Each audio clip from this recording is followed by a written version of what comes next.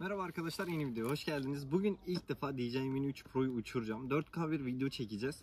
Hem kurulumunu, yani ilk uçuşunu gerçekleştireceğiz. Nasıl uçacak, 4K videoyu nasıl çekecek? Şimdi onun videosunu çekeceğiz. Yavaştan kurulumuna başlayayım. Hafiften de rüzgarımız esiyor. Drone'umu koydum. İlk öncelikle kumandamızı açıyoruz. Kumandamız açılsın. Şu an tripodu buraya koydum. Kendim bu şekilde çekiyorum. Drone'umuzu açalım. Gimbal'ın koruyucusunu da çıkardık. Buraya koydum.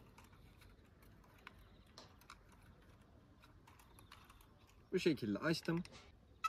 Güç geldi. Şu an drone tam çalışmadı. Evet, şu an çalıştı arkadaşlar. Artık bağlantısını yapacağız ve uçuruşa geçeceğiz. Şimdi çubuklarını takıyorum. Tekrar şimdi kalkış yapıyorum. Şu şekilde, umarım görüyorsunuzdur.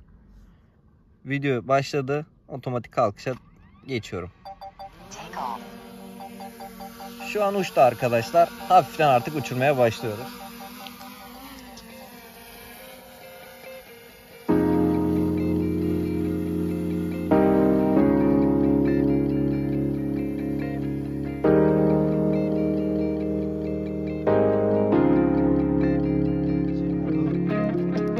C-modu gerçekten güzel bir şekilde ilerliyor.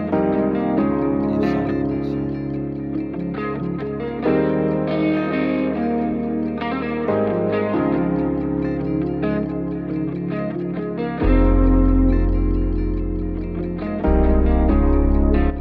DJI Mini 2'den sonra gerçekten ekran çok güzel gözüküyor. 32 boyutuyla uçuyoruz şu an. Yüksekliğimiz 36 metre, uzaklığı 200 metreye yaklaştı. Şimdi kameranın bakış açısını biraz indiriyorum. Çok güzel bir şekilde. Ben çok sevdim şu an 4K'sını.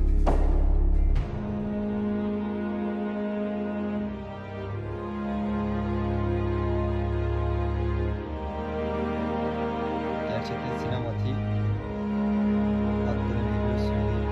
Şimdi güneşe karşı performansı nasıl olur bakacağım.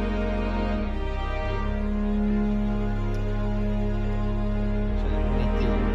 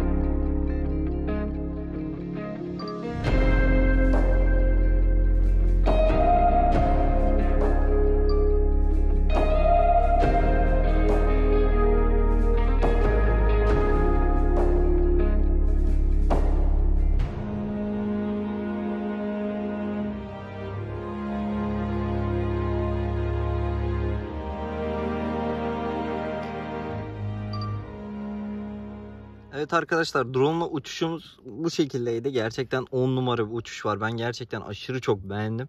Görüntüsü çok daha iyi. DJI Mini 2 ben hani seviyordum ama bu çok bambaşka bir şey. Zaten videodan da anladınız. Bir sonraki videolarda görüşmek üzere. Bu sadece deneme bir çekimdi. Bir sürü modları var. Daha burada gösterebileceğim bir dünya şey var. Hepsi gelecek. Bu videomuz da bu kadardı. Kendinize iyi bakın. Görüşmek üzere.